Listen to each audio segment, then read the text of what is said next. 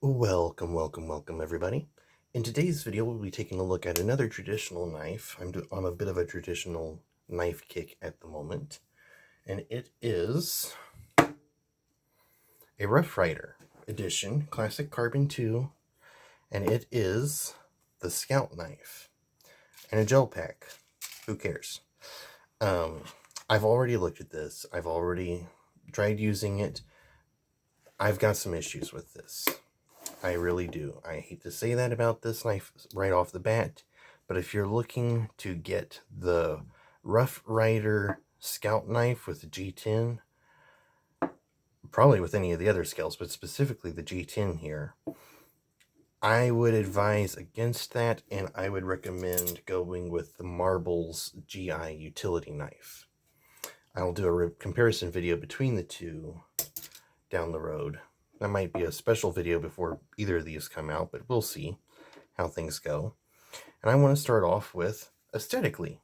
This looks like a nice little knife. It really is a nice looking little Scout knife here. We have a bail, we have the 4 tools, we have nickel chrome, whatever, liner, bolsters. We have G10 with some big scratches in here right off the bat that does not look good. The Rough Rider shield is not seated well, but the pins are flush.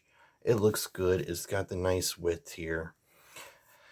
But for $22, $21, it's not a bad knife, but if you only have $20 and you're looking for a Scout knife that will perform, look elsewhere. I cannot really wholly recommend this. Now, sure, I might have gotten just a fluke, but there's several things here that just, okay, one thing gets through, but how did the other things get through?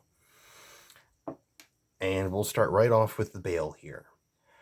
The bail came bent off center. I don't know how well that's showing up on camera, but it came in bent off center. I'm a bit of an OCD guy, and that's just annoying the daylights out of me. Now, yes, I could probably bend that back, but this is out of box bent. This is not good. Also, I don't dislike the looseness of the bail here. I would prefer it to be snugger, but we have wiggling issues, and I don't know how well that'll show up on camera, but the bolster is wiggling all throughout here. This is not, you can really kind of see it there.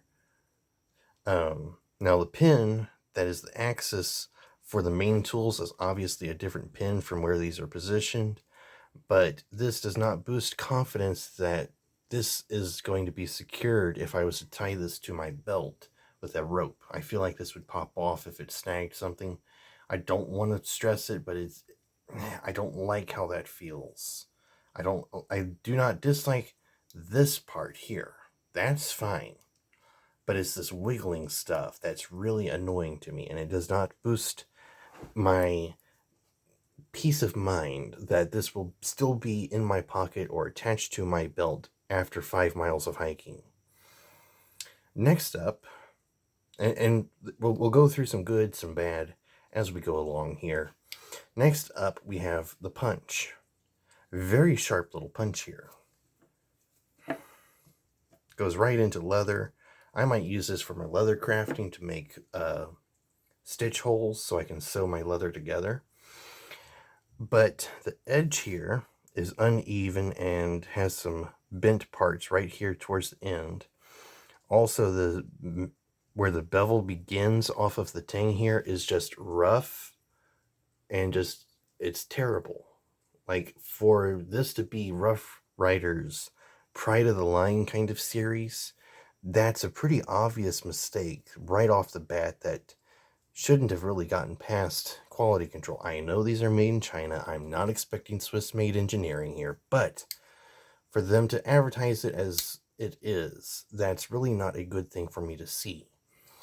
Now, these abrasive things here inside the nail nicks are for strike anywhere matches. If you have strike anywhere matches, those should be abrasive enough to light your match. We'll go with the can opener next. Great little can opener here. Rips through cans like nothing before. Just, it gets in there, pokes through, drags along. Really good can opener. Fantastic. Love the can opener. Nothing wrong with the can opener. Nothing wrong with that. The flathead, however, I almost just bent my nail back, is very hard to pull because that is so close to the pivot of the tool and the spring is so tight that you're going to pull your nail back trying to pull this out. I almost need a secondary tool to even consider popping that out. I don't like that. You should not have to do that. And think about it. I'm a 27-year-old guy with full-grown hands. You're buying this as a scout knife for a 10-year-old, maybe? I don't think their fingernails are going to be able to do that. I almost bent mine back. What's a kid's fingernails going to do? Think about it. But cap lifter, not that great because it's like another knife that I'll go compare these two with down the road. It's not bad. It's not great. Don't recommend it. Flathead driver, fantastic. Good long pry bar here. It's just a good all-around tool. If you can get it open. That's the trouble.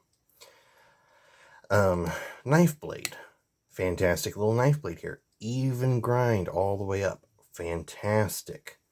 Got a little bit of wobble here. Just enough to kind of make me worry a little bit. But we'll roll with it.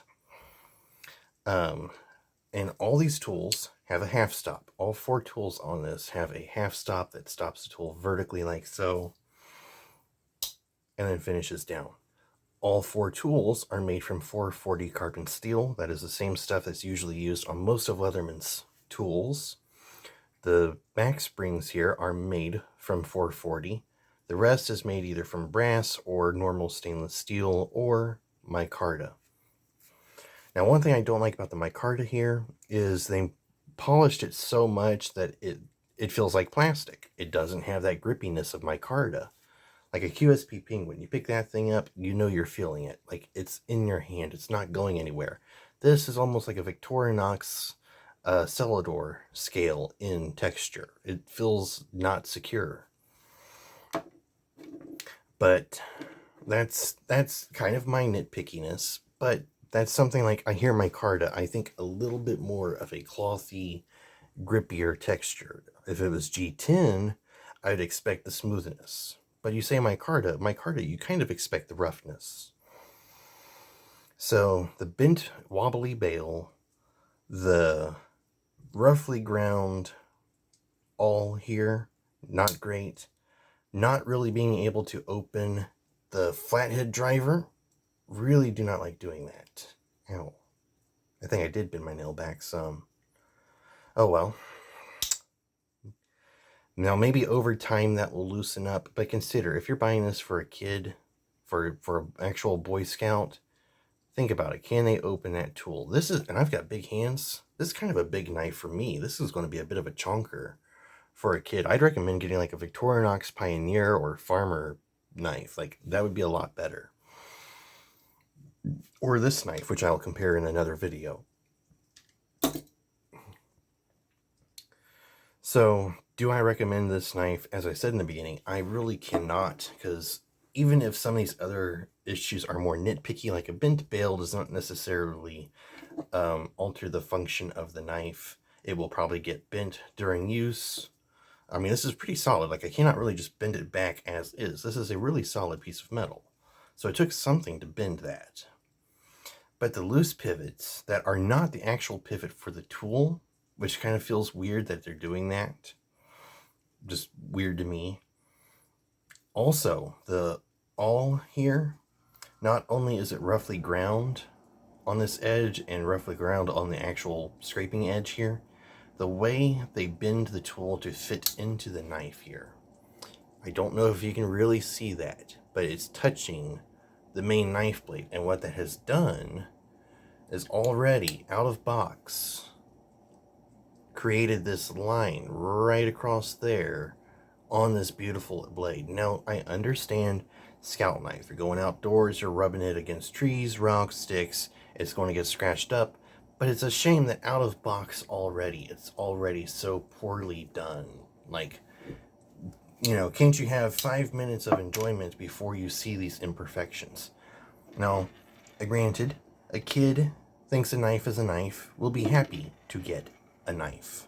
Will not notice these imperfections for a long time, if ever. They'll probably think that they made it themselves somewhere along the way. But as someone who knows knives a little bit, this bugs me. Now, granted, it's $21. You're not paying $100 for this knife. I'd be really ticked if this was the quality of a $100 knife. But for $20, and most people don't have just unlimited money to spend on knives and waste some finding out which one is a good knife or not, I would recommend a different knife. I haven't tried the old timer or the Uncle Henry Scout knives, but those look like good knives.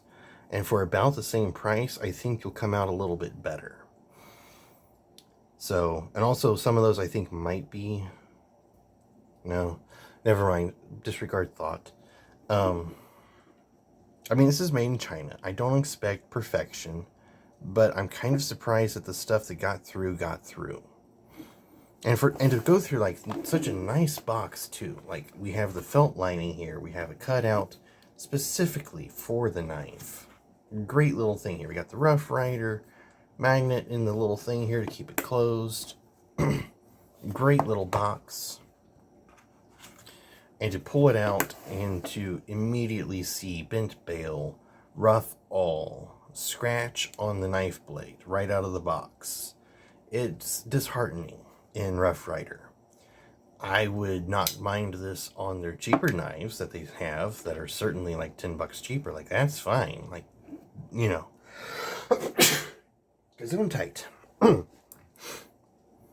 But to be such a hyped up knife with brass liners and everything, I'm rambling on. But if you're looking for a Scout knife, look elsewhere. I understand Marbles is kind of a connection to Rough Rider, but I would actually recommend the Marbles knife over this. And that's going to be in another review video, either before this one comes out or after this one comes out, depending on how I feel. So, before I close out the video, I'd like to mention that I have an Instagram, JSPR_EDC. Please go check me out there. You'll usually see pictures of knives that are going to be coming up in, a week or so in advance before the video comes out. Like, you'll have a little taste of what's to come. I rant about my life over there, just hodgepodge over there on Instagram. I do have memberships available now if you wish to donate to support the channel. Every buck and bit goes to buying a new knife for the channel or better gear. It's not always knives. I have multi-tools, flashlights, and other things that I would like to get for the channel to review. So if you could spare $1 or so, please consider checking out the memberships. Aside from that, I think that's over. So, with that said, I hope you found this video useful, informational. I hope it helps you build your EDC to your standards. And until the next time, farewell, carry well, and bye-bye.